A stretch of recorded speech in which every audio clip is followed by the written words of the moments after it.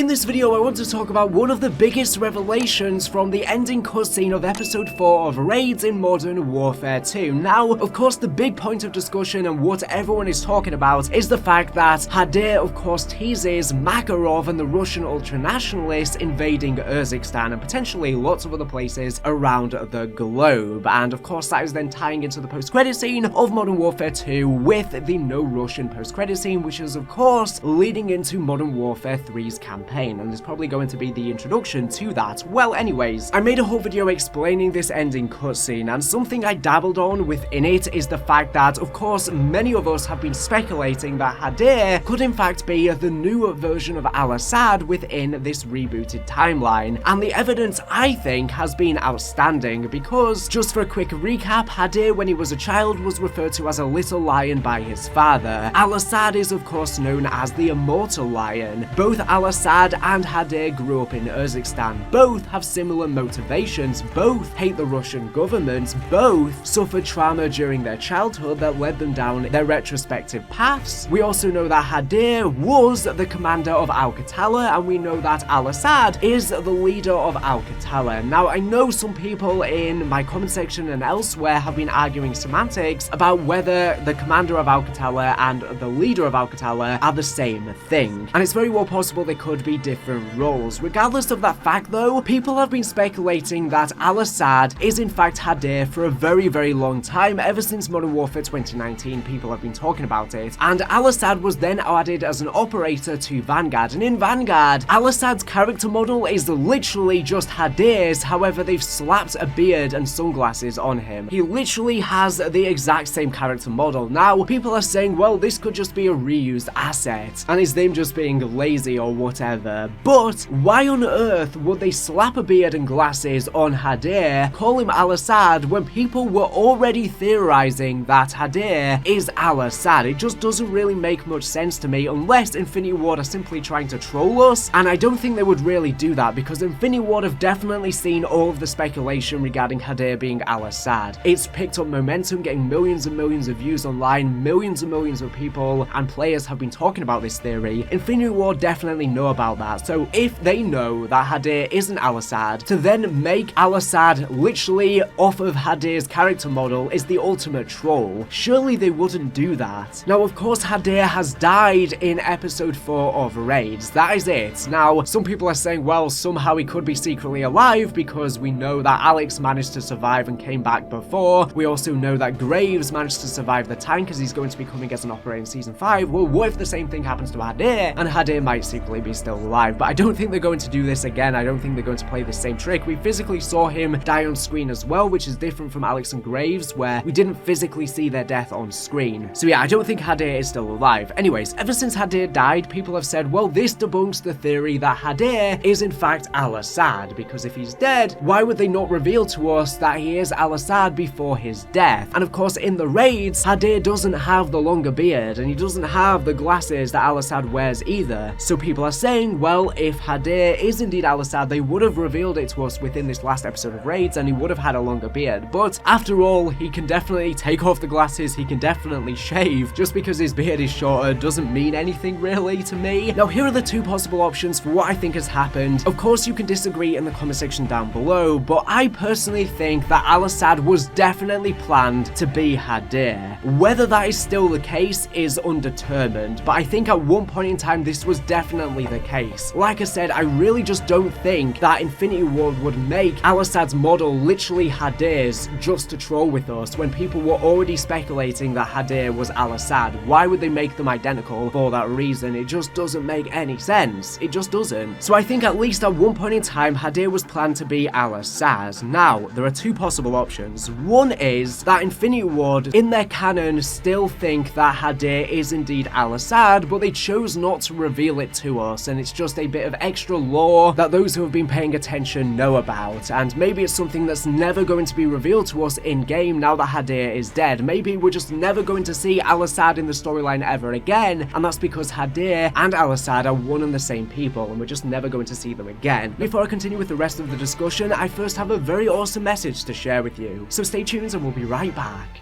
Gather round as we delve deep into the heart-pounding world of Mojo Melee, an auto chess battle game, who have generously sponsored this video. Mojo Melee offers a truly unique and groundbreaking gameplay experience, blending the best real-time strategy with the excitement of auto chess battles. It's a genre fusion that will keep you glued to your screen for hours on end, and take control of an epic army of powerful champions known as Mojos, each possessing their own unique abilities and strengths. But that's not all. Brace yourself for the mystical power of spellstones. These enchanted artifacts hold immense power and can turn the tide of battle in an instant. Mastering their usage is crucial to claim victory in the fierce battles that await you. The game's revolutionary mechanics allow you to turn near losses into triumphant wins. Your quick thinking and strategic prowess will be put to the test as you maneuver your Mojos and unleash devastating combos to outwit your opponents. This ability to snatch victory from the jaws of defeat adds an unprecedented level of excitement to each battle. The best part, it's completely free and requires no downloads. That's right, play straight from your browser on any device, whether it's your trusty PC or your mighty mobile. And for all of you Android users, there's an app in the works too. Get exclusive access to the beta testing program using the link in the description. Dive into a rich and diverse world of champions, each with their own distinctive playstyle and lore. Assemble your dream team from a vast selection of Mojos, each having their own strategic value and counters. With hundreds of possibilities at your fingertips, the strategic depth of Mojo Melee knows no bounds. The developers have committed to providing a dynamic and ever-evolving gaming experience. Regular content updates, including new Mojos and spellstones, ensure the meta is always fresh and exciting. Prepare to adapt your strategies and stay ahead of the competition. The game's welcoming and inclusive community is another highlight of this extraordinary game. Engage in friendly banter, share strategies, and even team up with friends to tackle challenges together. No matter your skill level, you'll find a welcoming community eager to share the joy of battling in this captivating auto chess arena. As you progress through the ranks, you'll unlock glorious rewards and showcase your prowess to the world. Climb the leaderboards and establish yourself as a true legend. So what are you waiting for? Click the link in the description to unleash the Mojo within you and embark on an epic journey of strategy, action, and triumph for free. The time has come now to rise through the ranks, conquer the battlegrounds, and prove yourself as the ultimate champion.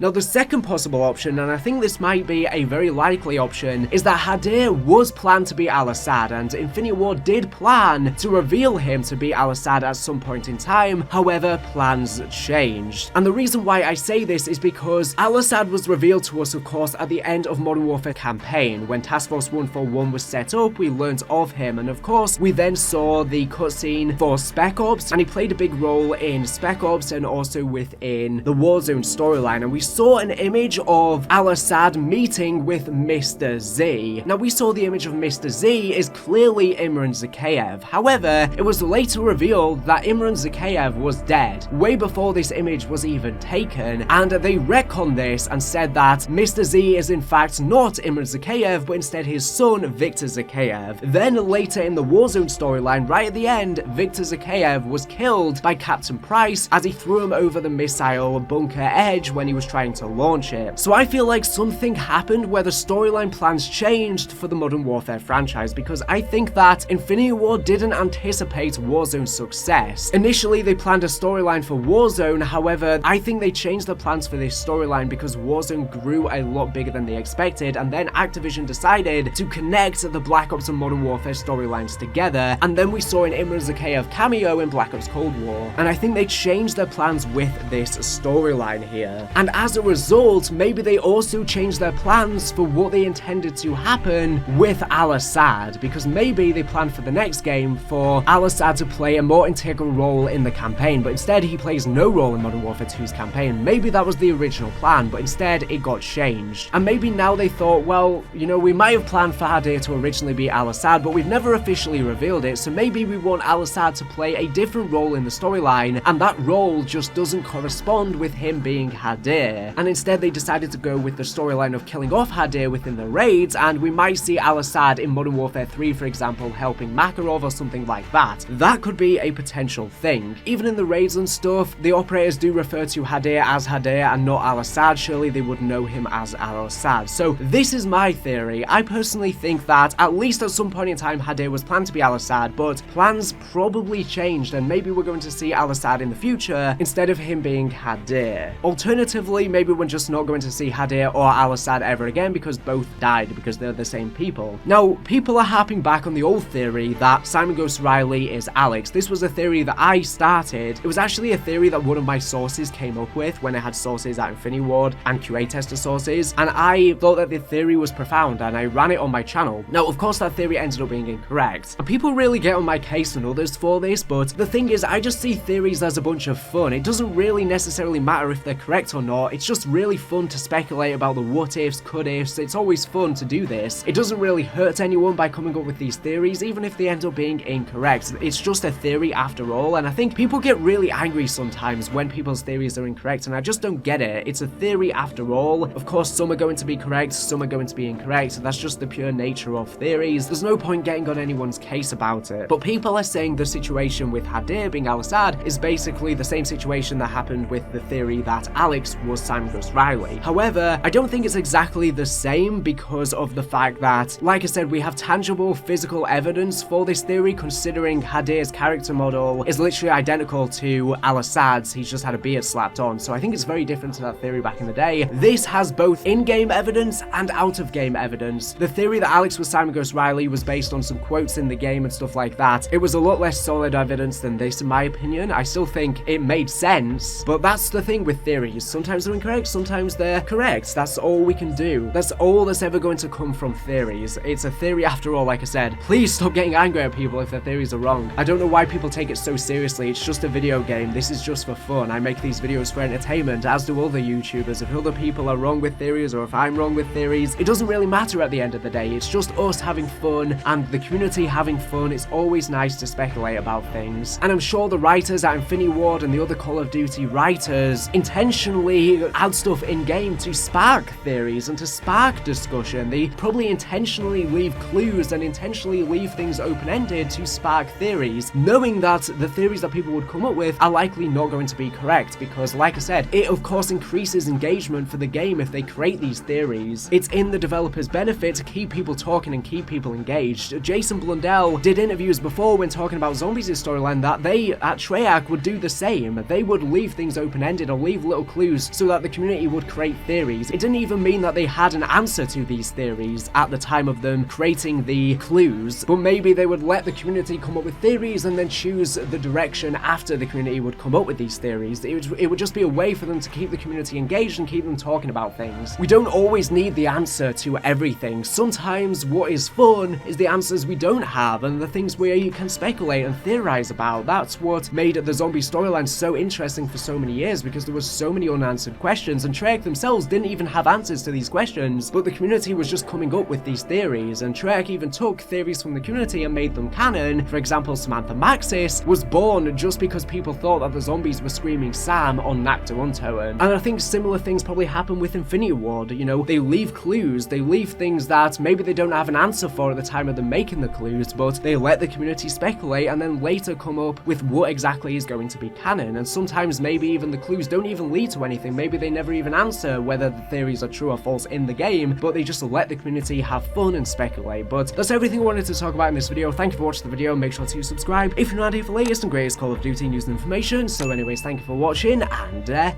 bye.